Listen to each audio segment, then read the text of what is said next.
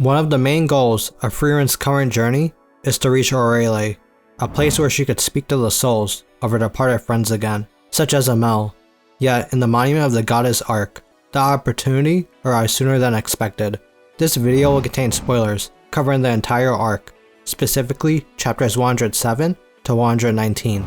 The arc itself begins with Frieren's party arriving at Kino's Pass in the northern plateau. There's a 3-week wait for those wanting to enter, meaning the group will have to burn some time. Of course, Frieren has all the time in the world, and she decides to go visit the nearby Monument of the Goddess, one of the 10 enchanted by the goddess. No one in history has ever deciphered the monuments, and Frieren wants to redeem herself after the last time she tried with the hero's party. She apparently couldn't remember what happened after she inspected the monument last time too. Once they arrive at the monument, they find that it still has mana, even though it's ruined. Someone also seemed to have carved the words Viala Thor onto the monument, which wasn't there before. Frieren states that it's a name that appears in the Holy Scriptures in the Time Traveling Bird chapter. When Frieren touches the monument to begin deciphering, it glows for a moment, leaving her a bit confused. Then someone asks if Frieren has figured anything out yet. When Frieren turns around, she sees none other than Himmel, Heiter, and Aizen. Obviously, Frieren is in disbelief, and Himmel asks what's wrong.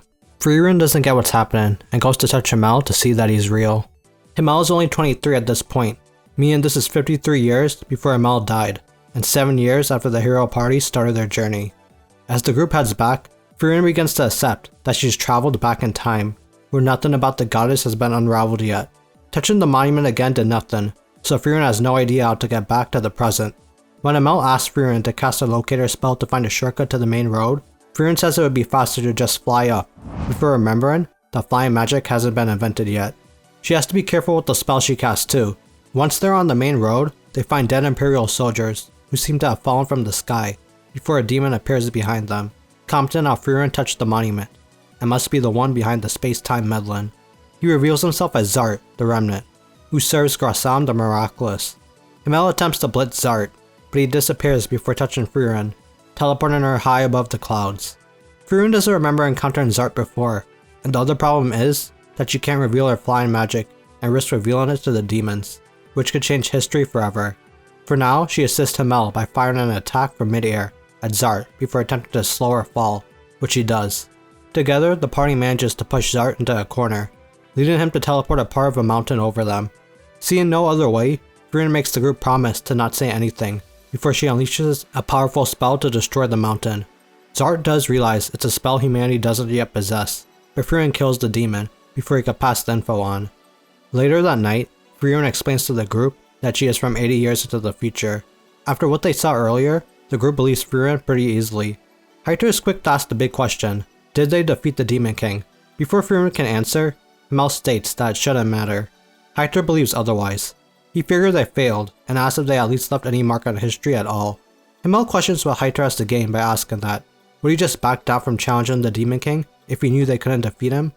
No matter how it turns out, Himmel states they will keep fighting since they're the party of heroes. Heiter states that's right before Himmel asks Frieren if she knows how to return to the future. Unfortunately, Frieren has no idea, so they decide to head to the nearest town to find clues at the Mage's Guide and Church. However, they end up finding no leads at all, leading Frieren to apologize for dragging the group into this mess. Himmel says it's okay and is actually excited about the challenge.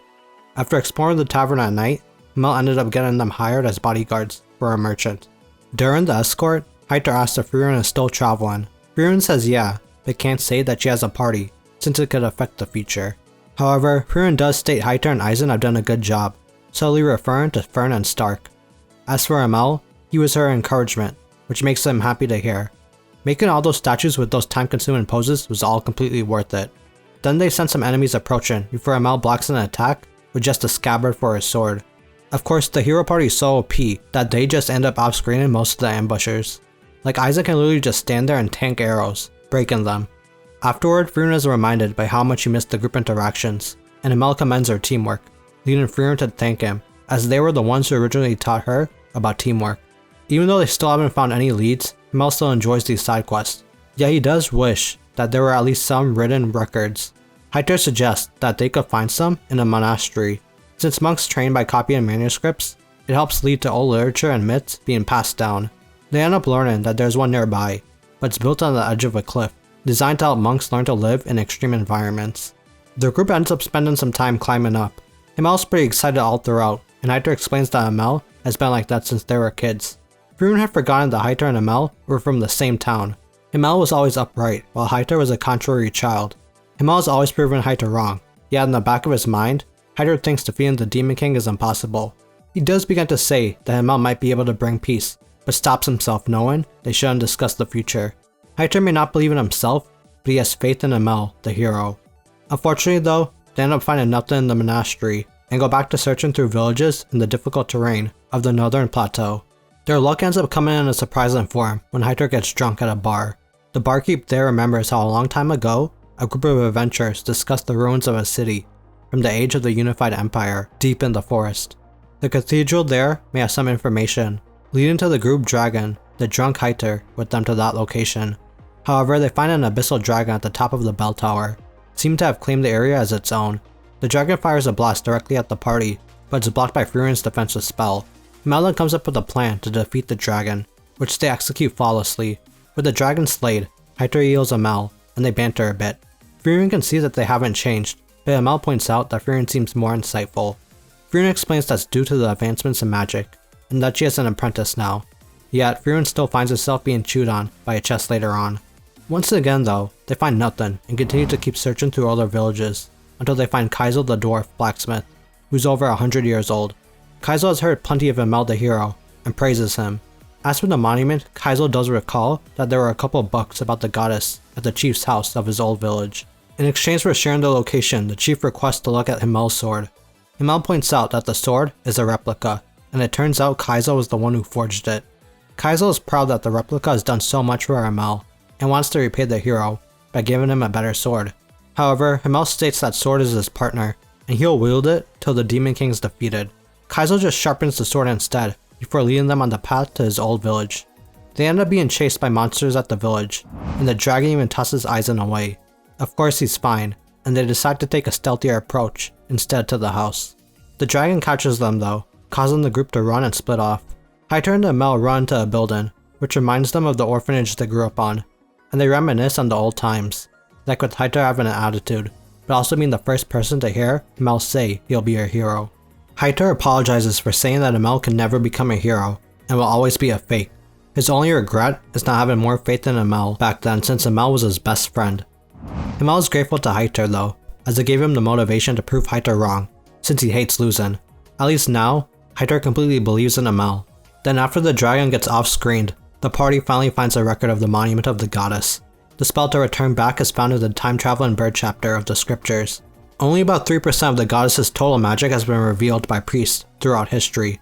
The problem is that most spells take 20 to 30 years to decode, and longer ones can take centuries. The biggest problem is that the time-traveling bird chapter is known as the empty chapter, since not one spell has been decoded from it, since the world was blessed by the goddess's scriptures 1500 years ago. At this point, they could catch up to the present. Eisen believes the long-lived races like elves and dwarves can wait, but Frieren still wants to go back to her time. Himmel knows that's not like Frieren, but finds it great that Frieren can have another journey. He decides to look into it after defeating the Demon King, and asks if Frieren remembers if there were any words carved onto the monument. That's when Frieren remembers the word Viala Thor. Himmel states that they'll carve the name of that spell onto the monument, so it will be there in the future. In order for the spell to work, the caster must be touching the monument, so the group has to go back.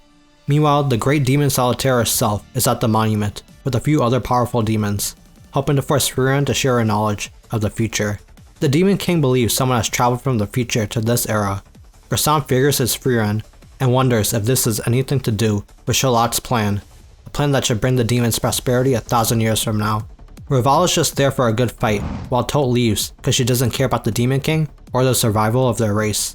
Plus, her curse is only at 30% right now, but it should cover the entire planet in a century or so. With her battle in the future, Tote leaves, and Solitaire decides to fight from the shadows, as she too is a coward. Raval takes the lead and attacks first, with Eisen protecting Himmel.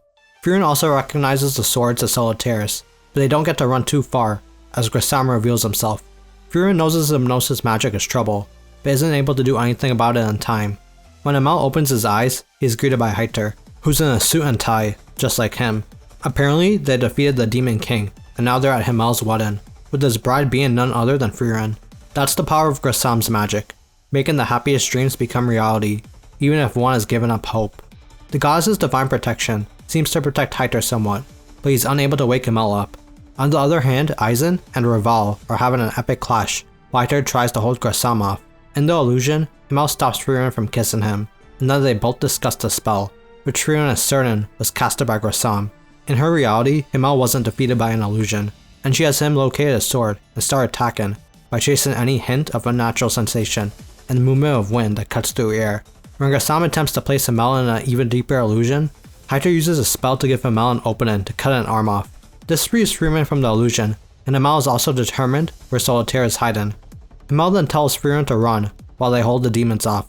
Hearing that, Frieren takes one last good look at Himmel and thanks him before running off. Once she touches the monument, Frieren says Viala Thor, and a large beam of light appears, making it clear that she was returned to her time. Solitaire realizes it's over and threatens to go crazy and change the course of history if Himmel doesn't let them escape. Himmel allows it, and after dealing a solid blow on Raval, Aizen retreats with them. However, while the skirmish is over, Grasam lets Solitaire know that he was able to gather some interesting intel. Later on, Frieren wakes up, confused as to why Himmel, Himmel, and Aizen are beaten up. It's clear that Frieren's mind is returned to the future, but the pastor has no idea what happened. All Himmel can do is smile and say that's a story far into the future. Back in the present, Frieren asks why Frieren looks all stolid. Apparently not much time passed in the present, and Frieren can see that Himmel did indeed carve Viala Thor onto the monument. Plus, the magic in the monument is fading like it has served its purpose. With that, Frieren is ready to head back, disappointing Stark a bit, since they spent so much time roaming around the forest just to reach this place. Now they need to spend another 3 days and nights just heading back. While Stark sulks on their way back, Frieren points out how there have been no monsters in the forest at all, but that mystery is answered when a soldier from a nearby village greets them and knows about Frieren and the goddess's monument. About 3 decades ago, the same soldier also found an elderly Himmel dealing with some monsters on the path. Since Himmel had some business at the monument, the soldier offered to lead the way. As they walked, Himmel told stories of his journey with the hero party before the soldier asked why he's going to the monument. Himmel just stated that's part of a promise he plans to keep to his grave. Now that he's completed his investigation, he can fulfill his promise to Frieren. Even if she has completely forgotten about him, Himmel has never forgotten Frieren for even an instant. Frieren seems to be truly heartless from their perspective, but Himmel is okay with that and is sure she'll come and see him in the end. When Frieren asks why the soldier shared that with her, he says it's because of Himmel's passion when sharing those stories to him, so he wanted to convey that back to Frieren. Then the arc ends with the group returning to the gate, with them being able to enter sooner than expected. In a way, it's like the arc ended with Himmel's feelings being conveyed to Frieren into the future through the soldier. Sort of a reverse of Frieren going to the past. Himmel's feelings transcended time itself, you could say. While it was great seeing the whole heroes party together again for an entire arc, I think Himmel really stole the show. We got to see both the strength and compassion showcased throughout the arc, allowing us to see why the heroes party followed and truly believed in him. Some people may feel Frieren meeting Himmel again so soon could devalue their meaning at the end of their journey, but I do think it's different since this was only a past version of Himmel without all his memories. I'm sure it'll still hit different once they meet in Aurelie. Did you all like this arc though? And if so, what was your favorite thing about it? Let me know in the comments, and as always, thanks for watching. If you enjoyed the video, please drop a like and subscribe. I got some more Frieren content here too that you can check out. Peace.